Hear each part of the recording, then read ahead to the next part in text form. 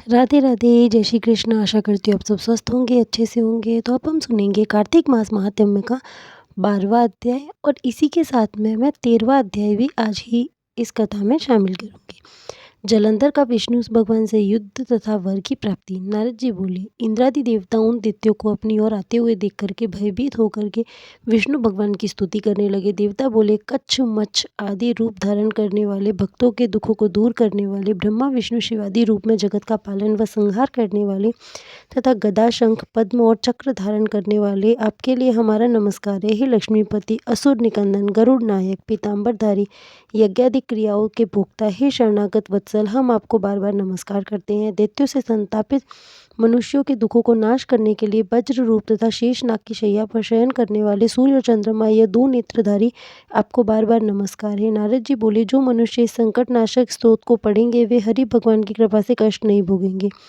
इस प्रकार दैत्यों के नाश करने वाले विष्णु भगवान ने देवताओं के द्वारा की हुई स्तुति से उनके संकट को जान लिया।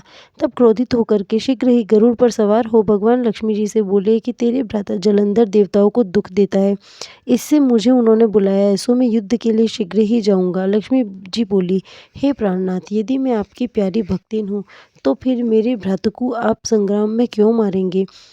इस पर श्री भगवान बोले कि लक्ष्मी जी के अंश से पैदा हुआ ब्रह्मा के वरदान और तेरी प्रीति के कारण यह जलंधर हमारे मारने योग्य नहीं है। नारद जी बोले, यह कह करके गरुड़ पर बैठ शंख चक्र गदा और पद्म को धारण करने वाले विष्णु भगवान जहाँ देवता स्तुति कर रहे थे वहाँ पहुँचे। इसके बाद अरुण के छोटे भ्राता गरुड़ के पंखों की वायु से बबूला से उड़ाए गए दैत्य आकाश में मेघों की तरह भ्रमण करने लगे। 13वां अध्याय। भगवान विष्णु और लक्ष्मी जी का जलंधर के घर में निवास। जलंधर दैत्यों को वायु से पीड़ित देख करके आकाश में उछल करके विष्णु के पास पहुंच गया तथा विष्णु और जलंधर दैत्य का बड़ी भारी युद्ध हुआ। बाणों से आकाश को भर दिया। विष्णु ने अपने बाणों से दैत्य के रथ के ध्वजा छत्र घोड़ा काट करके पृथ्वी पर गिरा दिया और एक बाण उसके हृदय में मारा। उससे संभल कर फिर उस दैत्य ने शीघ्र उछल करके गरुड़ के माथे में गदा मार करके उसे पृथ्वी पर गिरा दिया। विष्णु ने हंस करके अपने खड़ग से उसकी गदा काट दी। तब उसने विष्णु के हृदय में जोर से घूंसा मारा। उसकी भुजा, घूंसा और घोंटों की मार से पृथ्वी शब्दायमान हो गई। वे दोनों बहुत अच्छी तरह से बहुत देर तक युद्ध करने लगे। जब मेघ जैसी गंभीर वाणी से दैत्यराज से विष्णु भगवान बोले कि मैं तेरे पराक्रम से बड़ा प्रसन्न हूँ, तू वर मांग, नहीं देने योग्य वरदान भी मैं तुझको दूंगा। जलंधर बोला कि हे विष्णु, जो आप मुझ पर प्रसन्न हो तो मेरी बहन लक्ष्मी और अपने गणों सहित मेरे घर में रहो। नारद जी बोले, बहुत अच्छा। यह कहकर के भगवान देवगणों लक्ष्मी समेत जलंधर के पूर्व में पधारे। महाबली जलंधर देवताओं के अधिकारों पर दैत्यों को स्थापित करके पृथ्वी पर आ गया। देवता, गंधर्व और सिद्ध इनके बहुमूल्य रत्नों के साथ मान और उत्तम वस्तुओं को अपने अधिकार में करके तथा देव, गंधर्व, सिद्ध, सर्प, राक्षस, मनुष्य इनको अपने पुर में बसा करके त्रिलोकी का राज्य करने लगा। इस प्रकार जलंधर देवताओं को अपने वश में करके अपने पिता तुल्य धर्म से अपनी प्रजा का पालन करने लगा। नारद जी बोले, एक बार मैं उसकी राज्य लक्ष्मी देखने के लिए और भगवान विष्णु की सेवा करने को वहां गया। लक्ष्मी गणेश जी की कहानी। एक ब्राह्मण ब्राह्मणी थे। ब्राह्मणी गणेश जी लक्ष्मी जी की पूजा करती थी, परंतु ब्राह्मण ब्राह्मणी में बहुत क्लेश होता रहता था। एक दिन गणेश लक्ष्मी जी ने कहा कि यहाँ तो बहुत लड़ाई होती है, चलो कहीं और चले। ऐसा कहकर वह एक दूसरे घर के अंदर गए तो वहाँ जेठ जेठानी में आपस में लड़ाई हो रही थी। वह तीसरी जगह गए, वहाँ सास बहू में लड़ाई हो रही थी। तब जिस घर भी जाते उसी घर में लड़ाई हो रही थी। कहीं भोजन पानी की व्यवस्था नहीं दिखी। गणेश जी बोले कि लक्ष्मी जी चलो, इससे तो ब्राह्मणी के घर चले, कम से कम वहाँ भोजन पानी तो मिलता था। ब्राह्मणी के घर जाकर के द्वार खटखटाया और बोले, ब्राह्मणी दरवाज़ा खोल। ब्राह्मणी बोली, मैं नहीं खोलती, पहले तो तुम चले गए थे, अब क्यों आए हो। वे बोले, नहीं ब्राह्मणी, अब नहीं जाएंगे। ब्राह्मणी बोली, मैं ऐसा नहीं मानती, पहले त्रिवाचा भरो तब किवाड़ खोलूंगी। तब गणेश लक्ष्मी जी ने त्रिवाचा भर दी। तब ब्राह्मणी दरवाजा खोल दिया। गणेश लक्ष्मी जी घर में ही विराजमान हो गए। तब ब्राह्मण के दुख दरिद्र मिट गए। हे लक्ष्मी गणेश जी महाराज, जैसे आपने ब्राह्मणी पर कृपा करी वैसी सब किसी पर करना। नगर बसेरे की कहानी। एक जाट को एक भाट को, बहन घर भैया, ससुर घर जमाई। जाट बोला, घर चल भैया, नगर बसेरो कर ले। भाट बोला कि अरे भैया तू ही कर ले, तू तो बहन घर भैया है, मैं तो ससुर घर जमाई हूँ, मेरे तो वैसे ही आनंद मंगल है। जाट ने नगर बसेरा करा और बहन के घर गए। वहाँ तुलसी जी को ब्याह हो रहा था तो वहाँ पे उसको 56 भोग मिले, 3600 व्यंजन पाए। भाट अपनी ससुराल पहुँचा तो देखा ससुर के महल तिवारी में आग लग रही है, सब लोग आग बुझा रहे हैं, वो भी बुझाने में लग गया।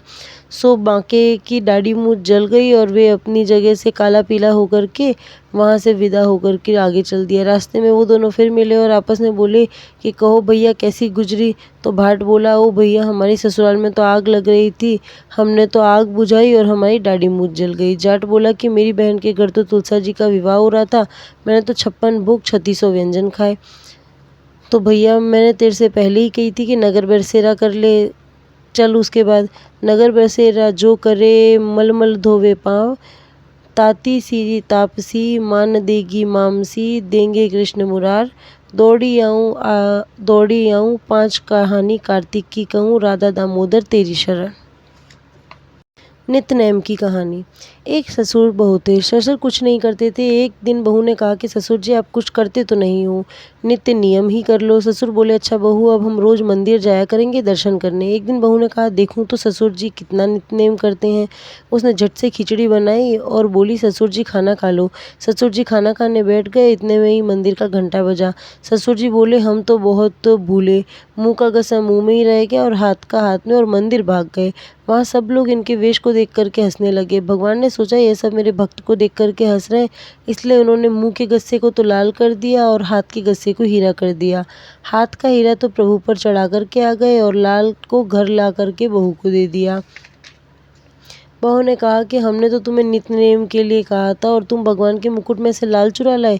ससुर जी बोले बहू हमने चोरी नहीं की, हमें तो भगवान ने दिया है। यह पूछने पर बहू मंदिर चली गई। वहाँ सबने कहा कि तुम्हारे ससुर को तो भगवान ने दिया। यह सुनकर के बहू घर आ गई और ससुर से बोली कि आपने तो कुछ ही दिनों में सब कुछ पा लिया, मैं इतने दिनों से सेवा कर रही थी लेकिन मुझे कुछ नहीं मिले। ठाकुर जी प्रेम के भूखे हैं, जैसे ससुर पर कृपा करी वैसी सब किसी पर करना। तुलसा जी की कहानी। एक बुढ़िया माई थी, वह तुलसा जी की पूजा करती और कहती तुलसा माता तू सुखदाता, श्री कृष्ण की प्यारी विरला सींचू तेरो, तू कर निस्तारो मेरो, मूंग भात का खाना दीजो, पीताम्बर की साड़ी दीजो, श्री कृष्ण को कंधा दीजो, केसरिया घाट दीजो, बैकुंठ का वास दीजो, हरी हरी कहती ले जाइयो। अब तुलसा जी सूखती जाए। जब कृष्ण भगवान आए तो पूछा तुलसा जी तुम तो हरी भरी होने की जगह सूख क्यों रही हो, तुम्हारी तो आजकल बड़ी आगवानी हो रही है, पूजा हो रही है। तुलसा जी ने अपने सूखने का कारण बताते हुए कहा कि एक बुढ़िया माई है, सबकी अभिलाषा बता दी उन्होंने। आगे बोली भगवान मैं सब कुछ तो दे दूँ उसे, किंतु तुम्हारा कांधा कहाँ से दूंगी। श्री कृष्ण बोले कि बस इतनी सी बात है, जब बुढ़िया माई मरे तो घंटा झालर शंख बजा देना, मैं अपने आप चला आऊँगा। कार्तिक पूरा हुआ, बुढ़िया माई ने मरण संजोया। अब तो वह बुढ़िया माई बड़े बड़े योद्धाओं से भी न उठे। तुलसा जी को यह मालूम पड़ा तो झट उन्होंने घंटा झालर शंख बजा दिया। श्री कृष्ण भगवान 12 वर्ष के बालक का रूप धारण करके वहाँ आए और पूछने लगे कि भैया यहाँ भीड़ क्यों लगी है। तब एक आदमी बोला कि एक बुढ़िया माई मर गई है, किसी से भी उठ नहीं रही है। भगवान बोले कि लाओ मैं भी उठा करके देखूं। तो कुछ आदमी बोले कि लो इतने बड़े बड़े योद्धाओं से नहीं उठ रही है, तू जरा सा बालक इसे कैसे उठा करके देखेगा। फिर भी वो एक तरफ हट गए और जैसे ही भगवान ने हाथ लगाया बुढ़िया महारानी हरी हरी कहती हुई उठ खड़ी हुई। पीपल पतवारी की कथा। एक समय एक गुजरी थी, उसने अपनी बहू को एक दिन दूध दही बेचने को कहा और वह बेचने गई तो रास्ते में औरतें पीपल पतवारी सींचती हुई दिखी। इस पर उसने उन औरतों से पूछा कि ये क्या कर रही है। औरतों ने कहा कि हम पीपल पतवारी सींच रही हैं, इससे घर में धन धान्य बढ़ता है और खोया पति भी मिल जाता है। बहू बोली ऐसी बातें तो मैं पानी की जगह दूध व दही से सींचूंगी। गुजरी ने बहू ने रोज़ दूध दही बेचते समय पीपल पतवारी को दूध दही से सींचना शुरू कर दिया। जब सास दूध दही के रुपए मांगती तो कह देती कि महीना पूरा होने पर हिसाब दे देगी। इसके बाद जब कार्तिक का महीना पूरा हो गया तो वह पीपल पतवारी के चरणों में पड़ गई और बोली कि इस पर पीपल पतवारी माँ ने पूछा कि क्या बात है, तो उसने कहा कि आज सास दूध दही का हिसाब मांगेगी। पीपल पतवारी बोली मेरे पास तो रुपए हैं नहीं, यह पत्थर और पान के टुकड़े हैं, जिसे ले जा। बहू वही साथ ले गई और उसे एक अलमारी में रख दिया। इसके बाद वो डर के मारे चादर ओढ़ करके सो गई। कुछ देर में सास बहू की दूध दही के रुपए ला ऐसे बोली। बहू बोली मैं जो लाई हूँ अलमारी में रख दिया है। सास ने अलमारी खोल करके देखा तो उसमें हीरे मोती जगजगा रहे थे, धन का भी ढेर लगा था। सास ने बहू को आवाज़ लगाई कि बहू इतना धन कहाँ से लाई है। बहू ने आकर देखा तो सच में घर में धन के भंडारे भरे थे। इस पर बहू ने सास को सारी बात बता दी। सास ने कहा कि अब मैं भी कार्तिक मास में पीपल पतवारी को सींचूंगी। इसके बाद जब कार्तिक मास आया तो सास दूध दही बेचने लगी। वह दूध दही बेचने के बाद खाली हांडी में पानी डाल करके उसने पीपल पतवारी में पानी डाल देती। पूर्णिमा के दिन उसने अपनी बहू से कहा कि वो उससे दूध दही के रुपए मांगे। जब बहू ने दूध दही के रुपए मांगे तो वह पीपल पतवारी के चरण पकड़ कर कहने लगी कि मुझसे बहू रुपए मांग रही है। इस पर पीपल पतवारी ने उसे पत्थर और पान के टुकड़े दे दिए, जिसे सास ने लाकर अलमारी में रख दिए। इसके बाद जब बहू ने अलमारी खोल के देखी तो उसमें कीड़े मकोड़े मिले। इस पर सब कोई कहने लगे कि बहू तो सत की भूखी थी, लेकिन सास ने धन की भूखी होकर के पीपल पतवारी को सींचा, इसलिए उसे फल नहीं मिला। कथा के अंत में कहा जाता है कि पतवारी माता ने जैसी बहू को फल दिया वैसा सबको देना, जैसा सास को दिया वैसा किसी को भी मत देना। राधा दामोदर की कहानी। एक बुढ़िया माई थी, वह कार्तिक नहाती और एक डला पकोड़ा बना करके ले गई। एक गोता लेती जाती और एक पकोड़ा खाती जाती। इस प्रकार नहाते नहाते वह नीली पड़ गई और खाते खाते उनका पेट घड़े के समान बहुत बड़ा हो गया। अब तो भगवान बोले कि हे भगवान, यह बुढ़िया माई कार्तिक स्नान कर रही है तो यह मर जाएगी, ऐसे तो मुझे बड़ा दोष लगेगा। अतः भगवान राधा दामोदर का वेश रख कर आए और बुढ़िया माई से बोले, मैया तुम्हारा कार्तिक तो पूरा हो गया है। बुढ़िया माई बोली कि भैया अभी कहाँ पूरा हुआ है, जब तक ये पकोड़े बचे हुए हैं तब तक तो यह पूरा नहीं होगा। इन्हें ख़त्म करने के साथ ही मेरा कार्तिक स्नान पूरा होगा। वे बोली कि बुढ़िया माई तू आंखें बंद तो कर। बुढ़िया माई ने आंखें बंद करी और भगवान ने झट से सारी पकौड़ी खा करके ख़त्म कर दी। अब बुढ़िया माई आंख खोलकर देखा तो सामने राधा दामोदर खड़े थे। जैसे भगवान ने उस बुढ़िया माई पर अपनी कृपा की, उसे दर्शन दिए तो उसकी सहायता के लिए दौड़े चले आए, उसी प्रकार सभी के ऊपर अपनी कृपा दृष्टि बनाए रखना। गोपाल जी की कहानी। एक सास बहू थी, परवी का नहान पड़ा। सास बोली कि बहू हम तो गंगा जी जाएंगे। बहू बोली अच्छा माँ जी। सास बोली कि हमारे गोपाल जी की अच्छी तरह सेवा करना। तो यह कह करके सास तो गंगा नहाने चली गई। अब बहू जब अपने बच्चों को नहलाने बैठती तभी गोपाल जी की कहती कि आओ गोपाल जी नहा जाओ। गोपाल जी आवे झट नहा जावे। जब बच्चे खाना खाते तभी गोपाल जी खा जाते। परवी के नहान वाले दिन सास नहाई तो उसका कंगन खो गया। घर पर बहू नहाए सो बोली कि मन चंगा तो कटौती में गंगा। लहर लहर करती गंगा जी आई और सास का कंगन भी ले आई। बहू ने कंगन उठा लिया और कहा अरे यह तो हमारी माँ जी का है। अब सास घर आई और बोली हम तो नुकसान कर आए, हम तो कंगन खो आए। बहू ने कंगन निकाल कर दे दिया। सास बोली बहू तुम्हारे पास कहाँ से आया? बहू बोली मैं जब नहाने बैठी तो मन चंगा तो कटौती में गंगा, लहर लहराती करती गंगा जी आई, उसमें आपका कंगन भी आ गया। सास बोली बहू तुम अच्छी हो जो तुम घर बैठे ही गंगा नहा ली, तुमने हमारे गोपाल जी को भी अच्छी तरीके से रखा है। सासू जी जब बच्चों को नहलाती तभी उन्हें बुलाती, वह नहा जाते। जब बच्चे खाते तभी वह खा जाते। सासू जी तुम्हारे हाथ से वे नहीं खाते होंगे, मेरे हाथ से तो खा जाते। तुम्हें सच न होए तो तुम देख लेना। बहू ने आवाज़ लगाई आ जाओ गोपाल जी खाना खा लो। अब गोपाल जी आए ही नहीं। बहू बोली रोज़ तो तुम आ जाते हो, आज क्या है जो तुम मुझे झूठी बनवाओगे? झट गोपाल जी आ गए। अब तो सास गोपाल जी के पैरों में पड़ गई और बोली कि प्रभु मुझे क्षमा करो। सोमवार व्रत कथा। एक बहुत धनवान साहूकार था जिसके घर पर धन आदि किसी प्रकार की कमी नहीं थी, परंतु उसको एक दुख था कि उसकी कोई पुत्र नहीं था। वह इसी चिंता में रात दिन दुखी रहता था। वह पुत्र की कामना के लिए प्रति सोमवार को शिव जी का व्रत और पूजन किया करता था तथा सायंकाल के समय शिव मंदिर में जाकर के शिव जी के सामने दीपक जलाया करता था। उसकी इस भक्तिभाव को देख करके एक समय श्री पार्वती जी ने शिव जी भगवान से कहा कि महाराज यह साहूकार आपका अनन्य भक्त है और सदैव आपका व्रत और पूजन बड़ी श्रद्धा से करता है, इसकी मनोकामना पूर्ण करनी चाहिए। शिव जी ने कहा कि हे पार्वती, यह संसार कर्म क्षेत्र है। जैसे किसान खेत में जैसा बीज बोता है वैसा ही फल काटता है, उसी प्रकार संसार में प्राणी जैसे कर्म करते हैं वैसे ही फल भोगते हैं। पार्वती जी ने अत्यंत भाव से कहा कि महाराज जब ये आपका इतना अनन्य भक्त है तो इसको अगर किसी प्रकार का दुख है तो उसको अवश्य दूर करना चाहिए, क्योंकि आप सदैव अपने भक्तों पर कृपा करते हैं, आप तो दयालु हैं। यदि आप ऐसा नहीं करेंगे तो मनुष्य आपकी सेवा तथा व्रत क्यों कर ही करेंगे। पार्वती जी का ऐसा आग्रह देखकर के शिवजी महाराज कहने लगे कि हे पार्वती, इसके कोई पुत्र नहीं है, इसी चिंता में अति दुखी रहता है। इसके भाग्य में पुत्र न होने पर भी मैं इसको पुत्र प्राप्ति का वर देता हूँ, परंतु वो पुत्र केवल 12 वर्ष की आयु तक जीवित रहेगा।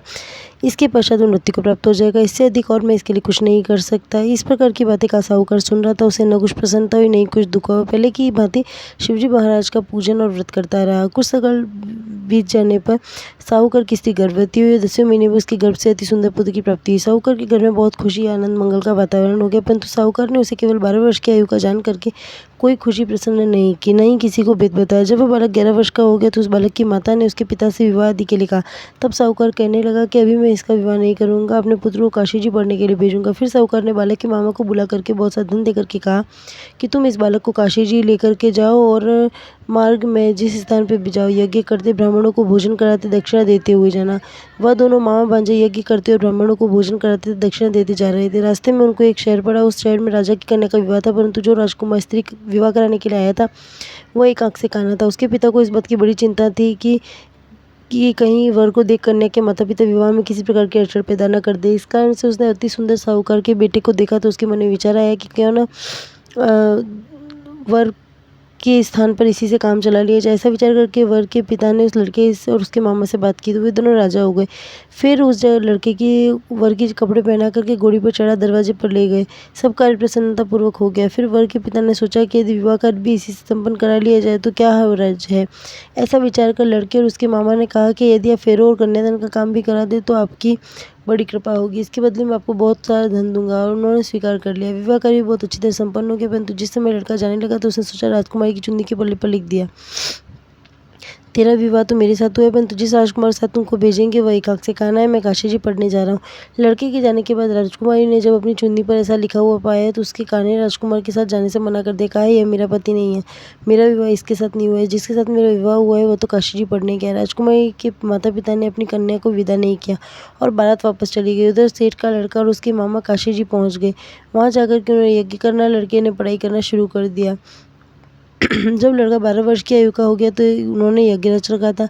लड़के के मामा ने यज्ञ में उसे कहा तो लड़के ने कहा कि मामा जी आज मेरी तबीयत कुछ ठीक नहीं है। मामा ने कहा कि अंदर जाकर के विश्राम कर लो।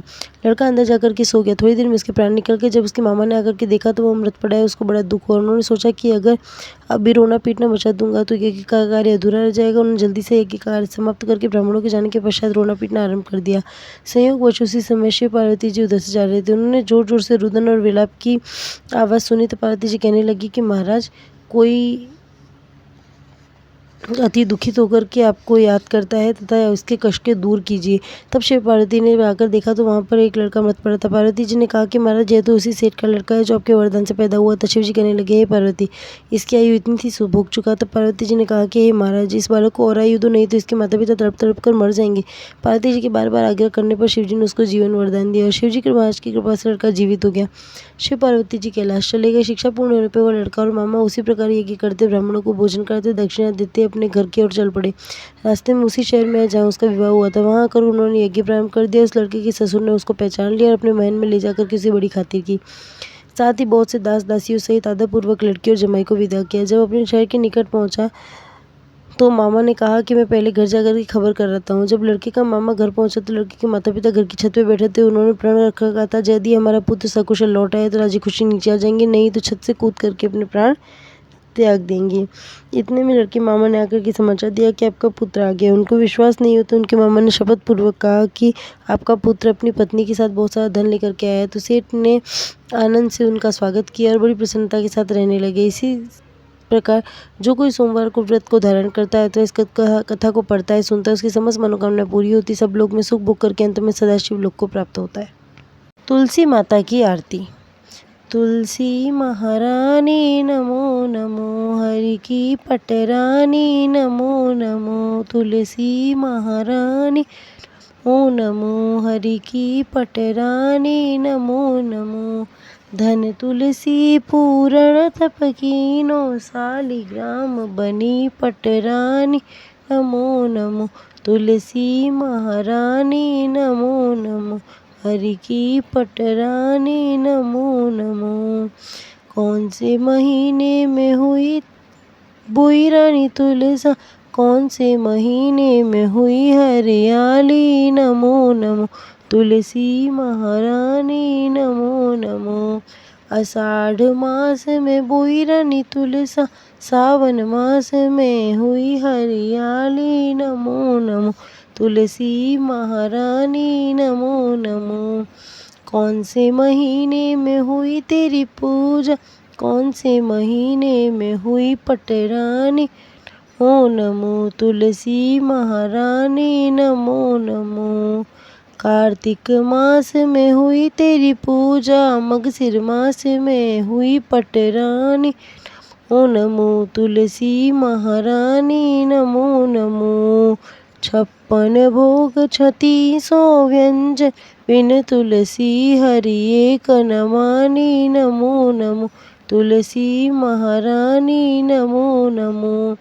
धूप दीप नैवेद्य आरती पुष्पन की वर्षा बरसानी। नमो नमो तुलसी महारानी नमो नमो। जो कोई तुलसा जी को सवेरे ध्यावे श्री कृष्ण जी के दर्शन पावे। नमो नमो तुलसी महारानी नमो नमो। जो कोई तुलसा जी को दोपहर में ध्यावे माखन मिश्री का भोग लगावे। नमो नमो तुलसी महारानी नमो नमो। जो कोई तुलसा जी को शाम को ध्यावे श्री कृष्ण जी की आरती उतारे। नमो नमो तुलसी महारानी नमो नमो। जो कोई तुलसा जी को रात को ध्यावे श्री कृष्ण जी के चरण दबावे। नमो नमो तुलसी महारानी नमो नमो। हरि की पटरानी नमो नमो। धूप दीप नैवेद्य आरती पुष्पन की वर्षा बरसानी। नमो नमो तुलसी महारानी नमो नमो। सभी सखी मैया तेरे गुण गावे भक्ति दान दी जो महारानी। नमो नमो तुलसी महारानी नमो नमो। हरि की पटरानी नमो नमो। वीडियो अच्छी लगी हो तो चैनल को लाइक शेयर एंड सब्सक्राइब करना ना भूले और कमेंट करके बताएं आपको और कौन से वीडियो देखने हैं। मेरे साथ कहिए राधे राधे।